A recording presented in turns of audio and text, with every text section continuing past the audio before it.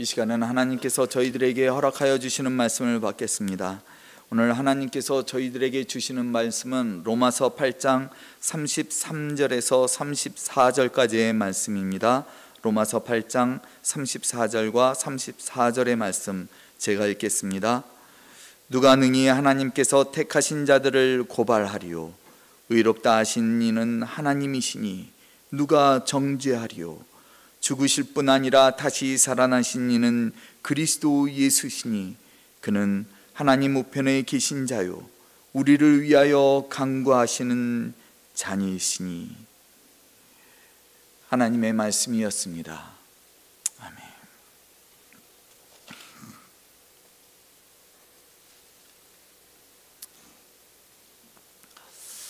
아멘. 자, 여러분, 오늘은 제가 여러분들과 함께 기차를 타고 여행을 떠나볼까 합니다.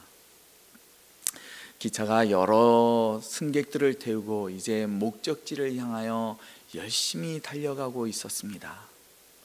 그리고 이 기차 안에 있는 승객들은 저마다 행복한 이런 미소를 띄우고 여행을 즐기고 있었습니다. 어떤 사람은 이렇게 책을 보고 책을 읽고 있었고, 또 어떤 사람은 이렇게 옆에 있는 사람과 대화를 나누면서 여행을 즐기고 있었습니다. 그 중에 한 어떤 사람은 이 어린아이, 열심히 뛰어놓은, 그리고 이 좌석 저 좌석으로 이렇게 뛰어다니면서 놀고 있는 어린아이를 이렇게 유심히 쳐다봅니다. 이 어린아이가 이렇게 이 좌석 저 좌석으로 다니면서 다른 승객들과 얘기도 나누고, 그리고 자신이 가지고 있는 이 인형을 이야기하는 모습을 보면서 이 승객이 도대체 저 아이랑 같이 여행을 하는 사람은 누구일까? 누가 보호자일까? 라는 관심을 가지기 시작한 겁니다. 그때 이 기차가 이제 앞에 있는 터널을 향해 가기 시작합니다. 그리고 이 기차가 터널의 안에 들어가니까 이 객실 안이 갑자기 어두컴컴해지기 시작한 거예요.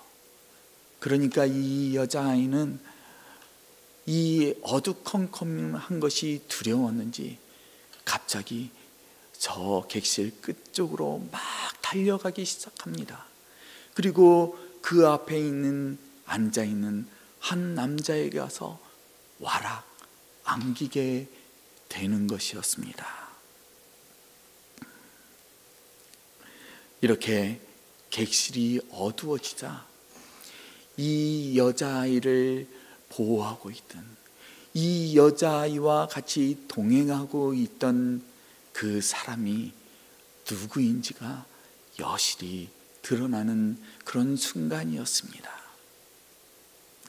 자, 여러분의 생각에 이 아이가 아무런 거리낌 없이 달려가 안긴 사람이 과연 누구이라고 생각하십니까? 그 사람은 이 아이가 아무런 의심도 하지 않고 자신을 온전히 맡길 수 있었던 이 아이의 아버지였습니다. 여러분, 세상 사람들은 우리에게 참 관심이 많은 것 같습니다. 우리가 어떤 믿음을 가지고 어떤 신앙 생활을 하고 있는지, 우리가 누구와 함께 하고 있는지, 누구를 의지하는지 세상 사람들은 관심을 가지고 우리를 바라보고 있어요. 자, 오늘 기차 여행의 이야기를 쓰신 질 브리스코 목사님의 말에 따르면 우리는 만사가 순조로울 때는 우리의 모습이 보이지가 않지만 우리가 어둡고 긴 터널을 통과하는 그 순간에 모든 것이 순식간에 드러난다라는 말씀을 하십니다. 그러면서 세상은 우리가 하나님의 품 안으로 뛰어드는 것을 이렇게 지켜볼 것이고, 그리고 우리가 향하는 그곳에 아버지 하나님이 계시다라는 것을 이 세상 사람들은 단박에 알아차릴 것이다 라는 그런 말씀을 하십니다. 여러분, 저는 우리가 향하는 그곳에 우리의 아버지 하나님이 계시다 라는 이 말이 저에게는 참 위안이 됩니다. 그리고 저에게는 너무 이 말이 좋습니다. 우리가 향하는 그곳에 나의 아버지 하나님이 계시다. 어쩌면 우리가 형통할 때도 하나님은 그곳에서 우리를 향하여 계시고 계십니다. 우리가 고난을 당하거나 우리가 어려움 가운데 있을 때, 어쩌면 우리가 어두컴컴한 그러한 터널을 통과할 때도, 그런 시간을 지날 때에도 하나님께서는 그곳에 계셔 주십니다. 우리를 향하여 우리 주님께서 우리를 바라보고 계신다라는 것입니다. 자, 여러분, 우리 주님은, 우리 하나님은 왜 우리를 향하여 이렇게 계실까요? 왜 우리를 향하여 우리를 바라보고 계실까요? 여러분, 우리가 하나님의 택하신 자들이기 때문입니다. 우리가 하나님의 택하신 자들이기 때문에 하나님께서는 우리를 보아주고 계시는 거예요. 우리의 상황이 어떻든 간에, 우리가 고난을 당할 때, 우리가 즐거울 때도, 우리가 눈물을 흘리고 있을 때도, 주님하고 부르짖고 있을 때도 우리 하나님은 우리를 향하여 계십니다. 자, 오늘 사도 바울이 우리에게 말하여 주는 네 번째와 다섯 번째의 이 영적 가이드 라인에서는 우리가 하나님의 택하신 자들이기 때문에 우리의 삶 속에서 그 어떤 것도, 그 어떤 상황도 우리에게는 두려움의 대상이 안 된다라는 말씀을 하여 주십니다. 자, 오늘 본문의 말씀입니다. 33절과 34절입니다. 제가 성경 새 번역으로 읽어드리겠습니다. 들어보세요. 하나님께서 택하신 사람들을 누가 감히 고발하겠습니까? 의롭다 하시는 분이 하나님이신데 누가 감히 그들을 정죄하겠습니까? 그리스도 예수는 죽으셨지만 오히려 살아나셔서 하나님의 오른쪽에 계시며 우리를 위하여 대신 간구하여 주십니다. 자, 여러분, 지금 사도 바울이 말하고 있는 오늘 본문의 말씀의 수신자는 이 로마의 교회 공동체를 이루고 있는 이 유대인 성도들입니다. 사도행전 2장 10절을 보면 세계 각국에서 이 오순절 날에 이 예루살렘으로 모이게 됩니다. 이 세계 각국의 사람들이 예루살렘에 모여서 이들이 목격을 한 것은 바로 성령님이 우리에게 임하고 있다라는 것을 이들이 목격하고 경험합니다.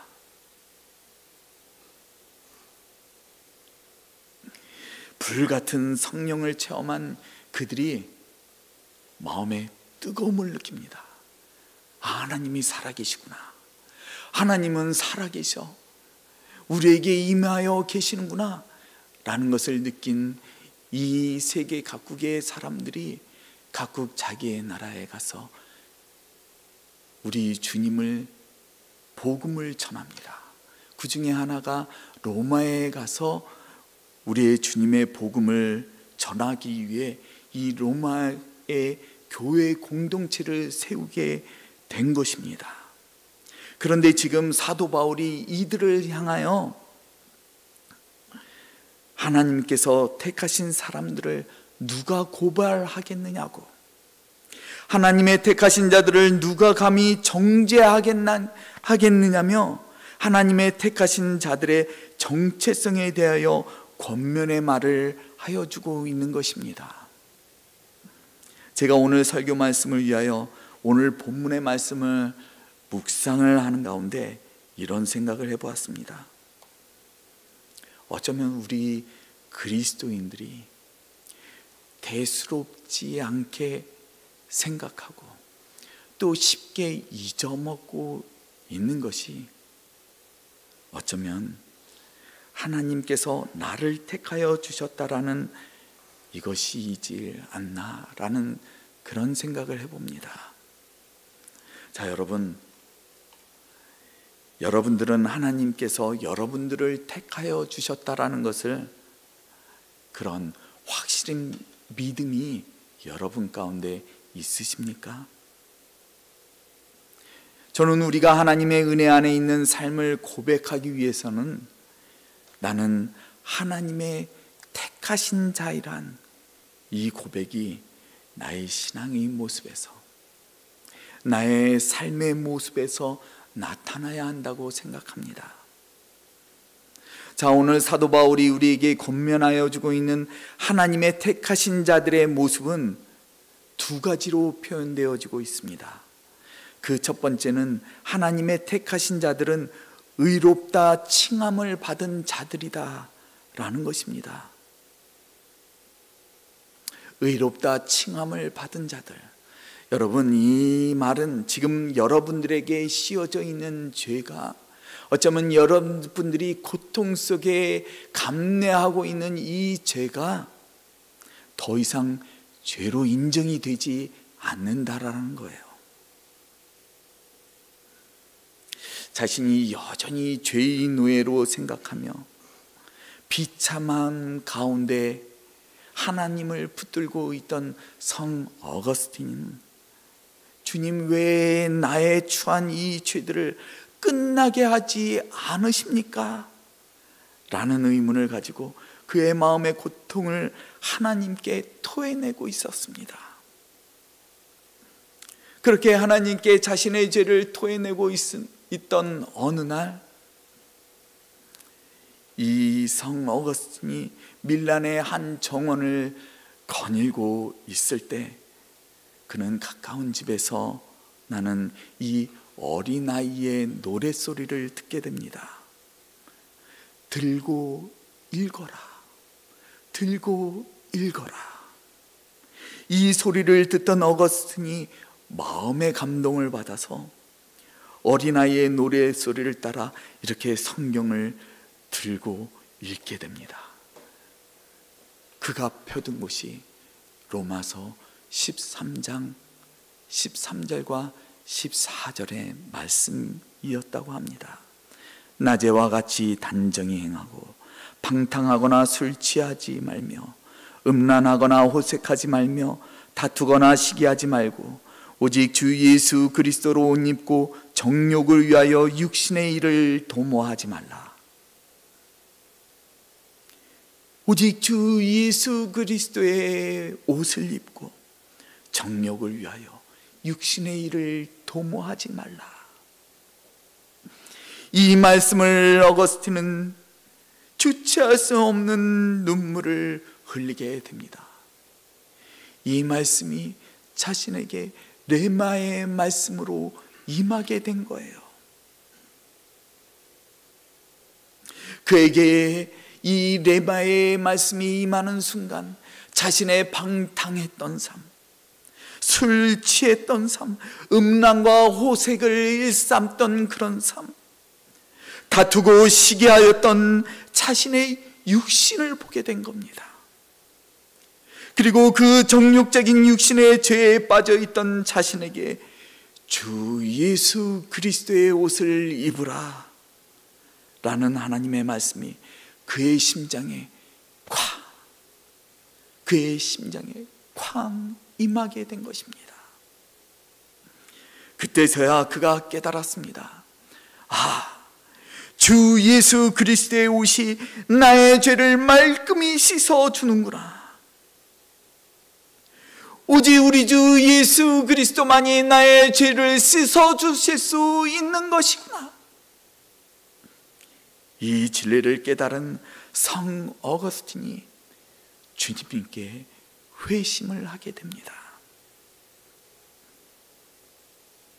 여러분, 예수 그리스도의 옷을 입어야겠다는 자각이 여러분들 마음에서 일어나셔야 합니다.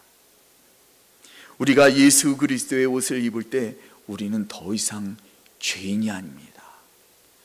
우리가 그토록 매여 있던, 우리가 고통스럽게 왜 나는 이 죄에서 자유하지 못하는 것일까? 라는 이 마음에서 여러분들이 자유할 수 있게 되는 것입니다. 죄가 우리의 삶에 아무런 영향을 끼칠 수가 없어요. 오직 예수 그리스도만이 육신의 죄에 빠진 우리를 온전하게 회복시켜 의로운 하나님의 택하신 자들이 되게 할 것입니다. 저는 우리가 이 예수 그리스도의 옷을 입어 우리 하나님께로부터 의롭다 칭함을 받는 그런 은혜를 우리가 경험하였으면 좋겠습니다. 두 번째로, 하나님의 택하신 자들은 부활의 능력으로 사는 자들이다 라는 것입니다. 하나님의 택하신 자들은 부활의 능력으로 사는 자들이다. 자, 사도 바울은 오늘 우리에게 우리의 주님인 예수 그리스도께서 우리를 위하여 죽으셨고, 우리를 위하여 다시 살아나셨고, 우리를 위하여 하나님 우편에 앉아 계시고, 우리를 위하여 중보하여 주고 계신다는 말을 우리에게 하여 주고 계십니다.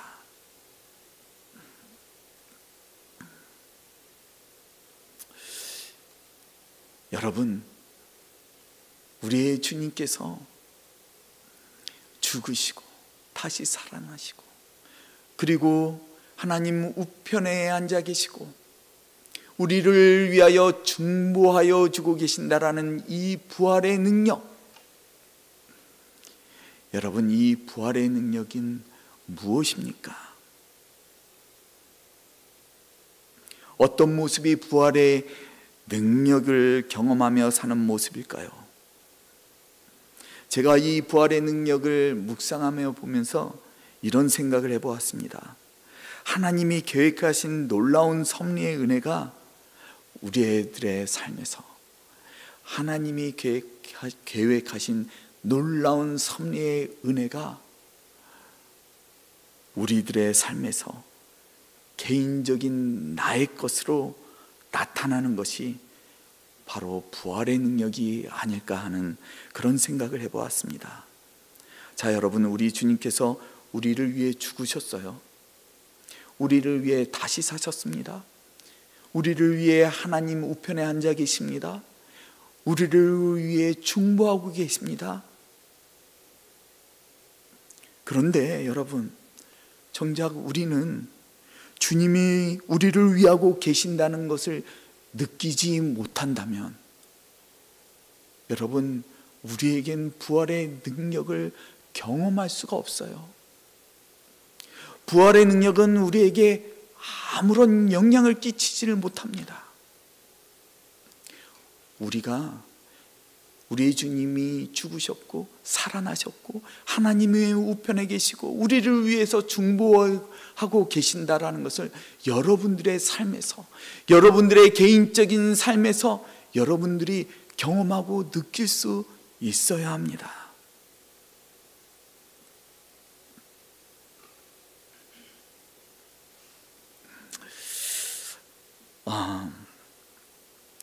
제가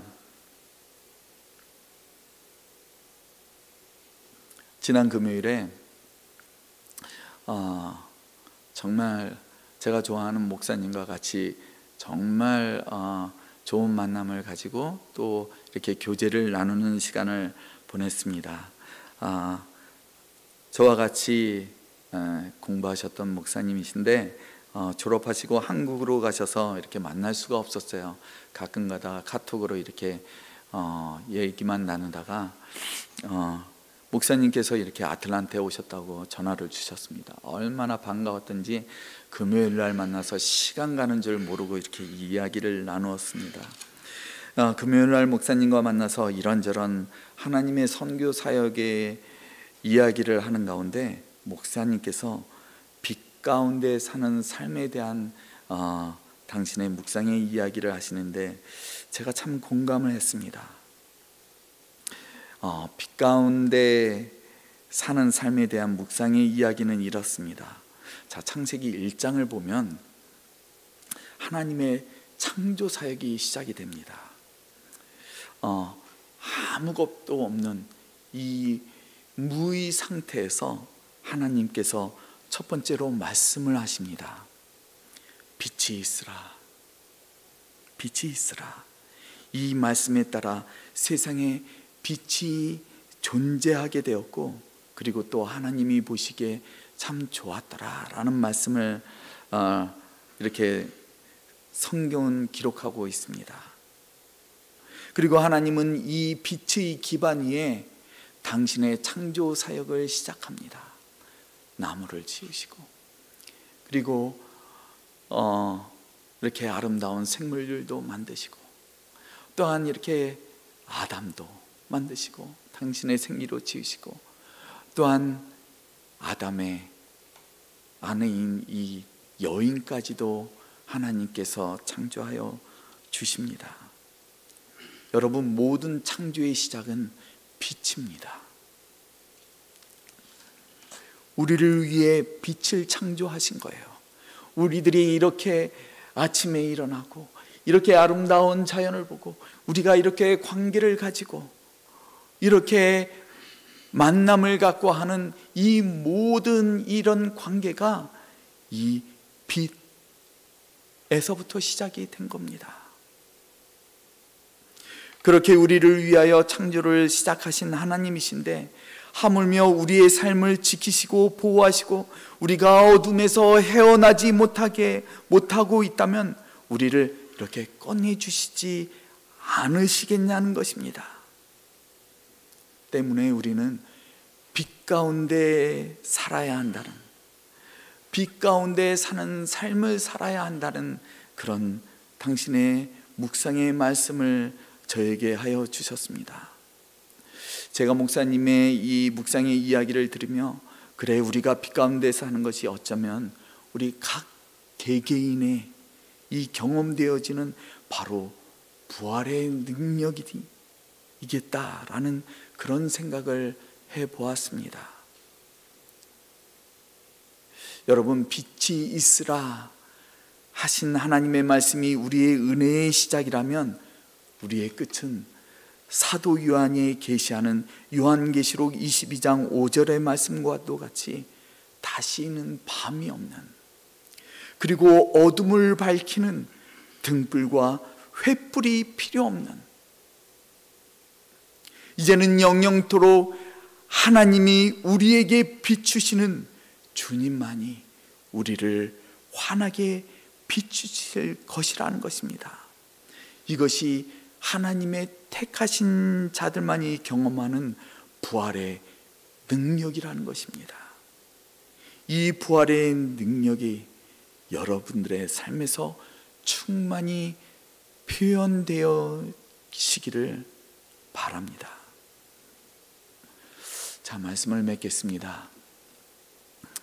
우리의 삶이 기차 여행과도 같이 매번 순탄할 수만은 없을 것입니다.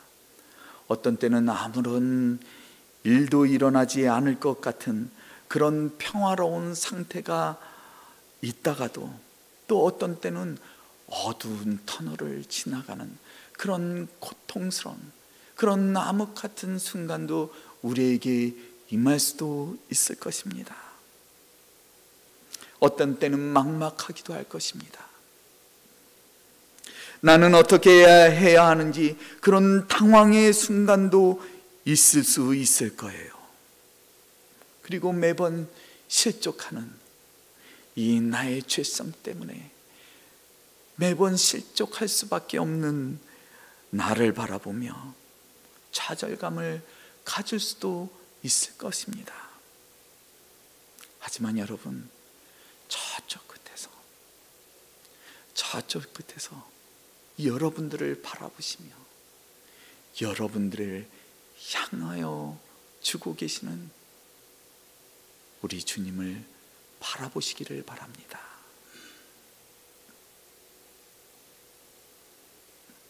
그리고 빛 가운데로 인도하시는, 그리고 빛 가운데에 거하는 삶을 살도록 부활의 능력으로 모든 것을 채워주시는 이 주님을 의지하시기를 바랍니다. 그리고 그분에게 달려가시기를 바랍니다. 그분의 품 안에 안기시기를 바랍니다. 우리 주님께서 여러분을 안아주시는 그런 은혜를 경험하실 것입니다. 이 하나님의 은혜를 경험하며 고백하며 부활의 능력으로 하나님의 선택된 자들로 주님의 은혜를 품고 사시는 저와 여러분 모두가 되시기를 우리 주님의 이름으로 축복합니다. 기도하시겠습니다. 주님, 저희들을 주님의 택하신 자녀들로 삼아주시니 감사합니다. 이제 저희들이 우리를 향한 주님의 놀라운 섭리를 이해하며 주님을 따라가겠사오니 주님, 저희들의 삶에 풍성한 은혜로 형통한 삶을 살 수 있도록 축복하여 주시옵소서. 감사합니다. 우리 주님 예수님의 이름으로 감사기도합니다. 아멘.